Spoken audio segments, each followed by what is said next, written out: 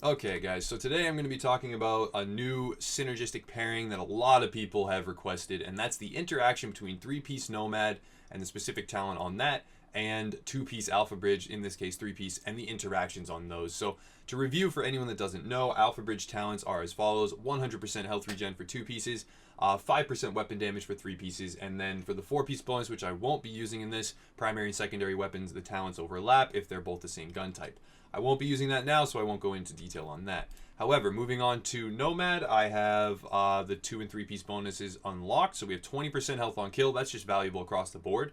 Not particularly essential to the build, but valuable across the board. And then the 3 piece, this is what is essential. Nomad's Resolve administers a small dose of constant healing, allowing the user to regenerate beyond segments in the health bar. Now, people are specifically curious about the interaction between this 3 piece and the Alpha Bridge 2 piece of 100% health regen, and it does interact. It does not interact during combat. It interacts outside of combat and allows you to just regen your entire health bar right through the health segment divide. It's a pretty cool, setup. It does have a lot of utility in solo play or in PvE play or even in group play where you're not having, these hyper aggressive PvP encounters. You're going to be using this instead of using med kits and heals and stuff, and it is quite valuable. And it does get a lot of utility.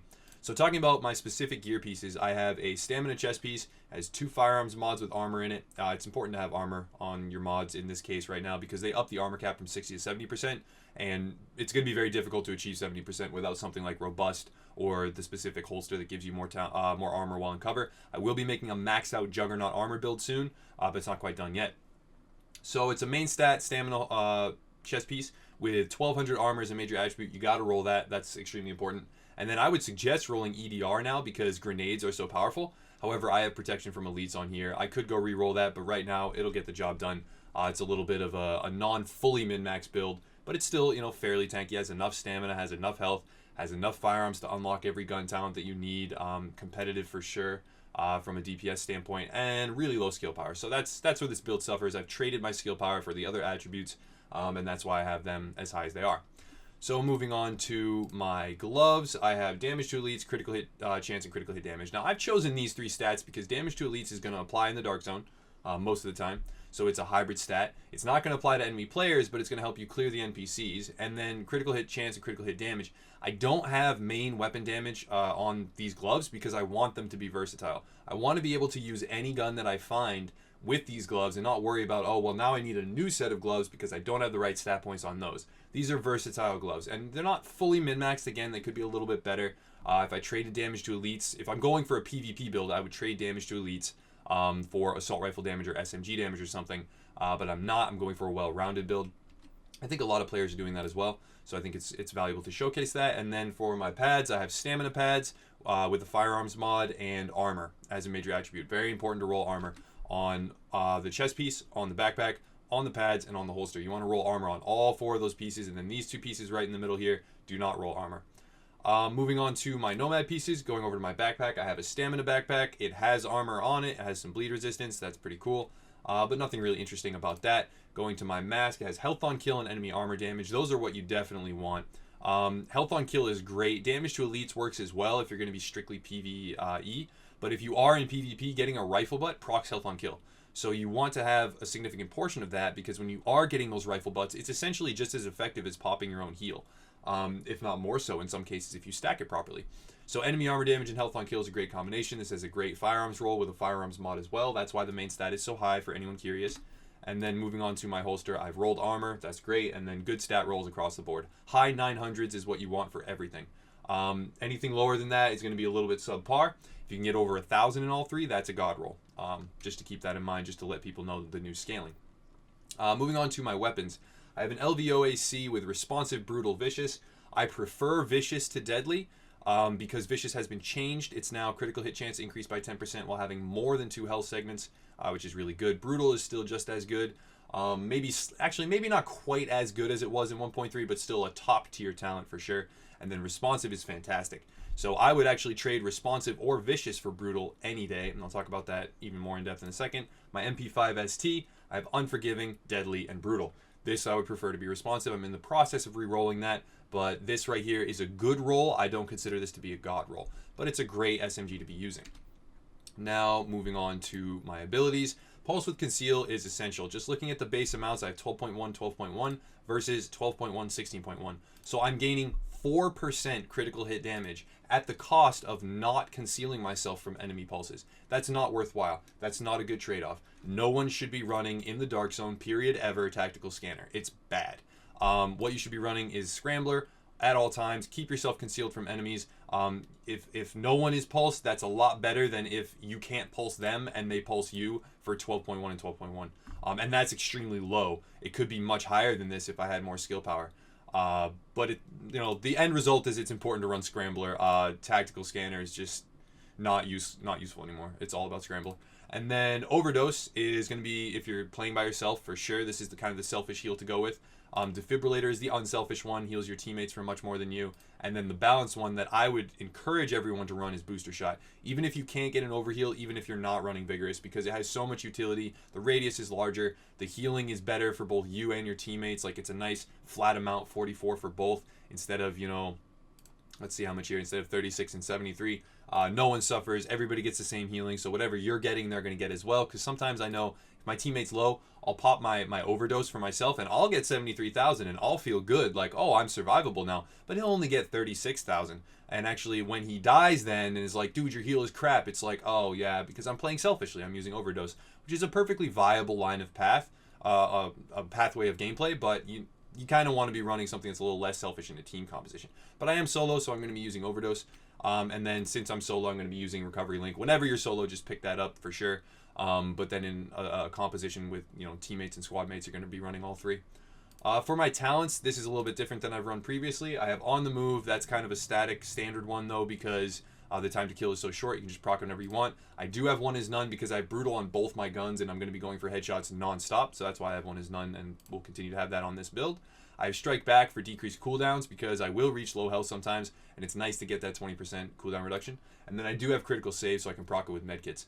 I think that's actually quite valuable. It's not as valuable and as essential as it was before, but now it's going to come in real handy. And who could ever be mad about more mitigation in the Dark Zone when there's players around hunting people down? So that's definitely a good thing to run. Really quickly, I'll go over my character sheet for anyone interested. For my base health pool, I have 140,000. That's pretty decent. For my weapons, critical hit chance at 24% pre-pulse. Then I have critical hit damage at 63, headshot damage at 93. I would prefer both of those to be higher, but it gets the job done. I can move all the way down, and then we'll see combat. We have enemy armor damage, health on kill, damage to elites. 10%, 27, and 40. This is pretty good. With an assault rifle, it's 40. It's a lot less with an SMG. But health on kill, 27%. I would prefer up over 30 to 40, but 27% works. I'll be getting some heals every time I rifle butt a player or when I kill an NPC. And damage to elites is good to have when you aren't fighting yellows. Moving down to survivability, the other key point, 55.16. This is right around average for what pretty much every player is going to have without using fringe mechanics. Without robust, without sturdy on your holster, you're not going to achieve much more than this. 55, 56, 57 tops is going to be what everyone has, and they're not going to achieve 70%. This is no longer like 1.3 where you got your build, you had all your health, and then you just rolled and hit max 75% mitigation immediately. It's not like that. If you want to get more armor mitigation and stuff, you have to sacrifice a lot to do that, including not running extra bonuses from gear sets and stuff. You have to spec into it with talents. It's pretty cool. So health regeneration is great, 14,000. That's crazy. When it's active, I'm going to get 14,000 HP per second, which is just totally crazy. And it's amazing because once you're in cover and that kicks in, it's just zoom right back, full health bar. Protection from elites is good, but I prefer, again, EDR. I don't actually have any exotic damage resilience. It's 0%, so I'm extremely susceptible to grenades and sticky bombs. But with my large base health pool, it shouldn't be too much of an issue. Okay, so we're going to fight a few enemies here, demonstrate the stats, show different interactions with talents and stuff in the Dark Zone to achieve a more tanky build, etc. And hopefully give a little bit more insight into how the build functions. So using Pulse, I'm going to be using my MP5. Now, I try to actually show enough gameplay to demonstrate how the build functions, but not try and show some montage of me doing all these amazing things, because to be quite frank, I can't always. I'm still new to PC. I'm not exactly an expert in PvP, in hipfire, in the different, tactics, juking, etc. on PC. It's not something that I'm extremely good at. So I try and show exactly what the build is, exactly how it functions, and then someone else with more gun skill and more hours played on PC can come in here and do something much better than what I can with this build. And I think that that's really cool. And I've actually seen videos of some of our community members who have said, hey, look, I took your build that you showed and I did this with it. And that's actually a really cool feeling. That's always a really cool feeling. So let's proc on the move. Now, as you can see, they accurately show now when you proc different bonuses. On the move is active, and I have 446,000 toughness, which is really cool. So if I can also proc, let's see what else. If I can also proc my critical save at the same time as on the move, I become really, really tanky. It's really cool. So there's a lot of different interactions with talents and stuff that make you a lot beefier. They make the game a lot more fun. But right now we're going to demonstrate also very quickly the health regeneration. So you've seen the health on kill now a few times. Let's take some damage from these guys. Come on, shoot me. So once I've taken a little bit of damage, well, I need to take a little bit more than that. Shoot me a little bit more. And then we're going to go get into cover. Okay, so now in cover, we're going to wait and we're going to start regenning our health. Well, let's kill this guy first. So he's done, proc health on kill, and now we just wait and cover until we start regenning, and then we'll regen right through our health bar divide fairly quickly. So as you can see, my health is going up. You have to be a little bit patient, wait there for it to go.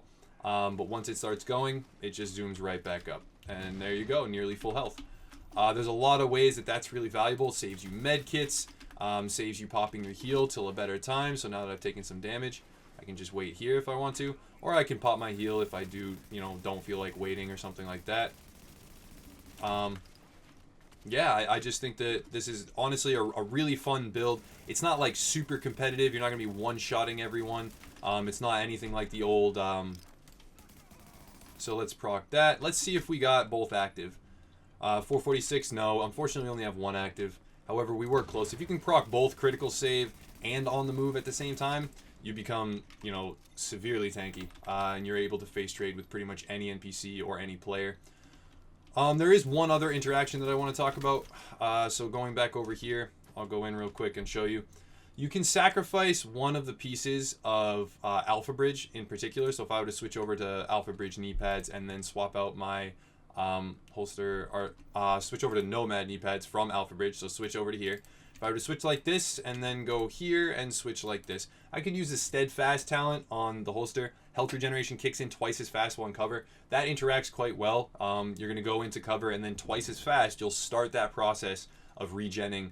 And then both the Nomad and the Alpha Bridge will synergize after that point and, give you a full health bar. That's not, a super important one, but again, it does work. And there's a lot of fringe mechanics that are really cool with this build and really cool in 1.4 in general to create just an awesome, out there style of gameplay that we haven't really seen before. So I'm looking forward to it. If you guys want to support the channel, if you thought it was good information in any way, or if you want to correct me on something, if I got something wrong, or if you just have feedback or want to tell me, what you did with the build or something similar, please let me know in the comments below. It's always great to hear from you. But please try to articulate it and make it constructive or in some way coherent, because a lot of people come in with, horribly misspelled words, telling me how bad I am and how much better they are while spelling there like T-H-E-R, and then I kind of just can't take them seriously. So please try and make it, coherent, actual, cognitive, intelligent thought. But at the same time, all feedback is good feedback. So thank you very much. And as always, guys, have a nice day.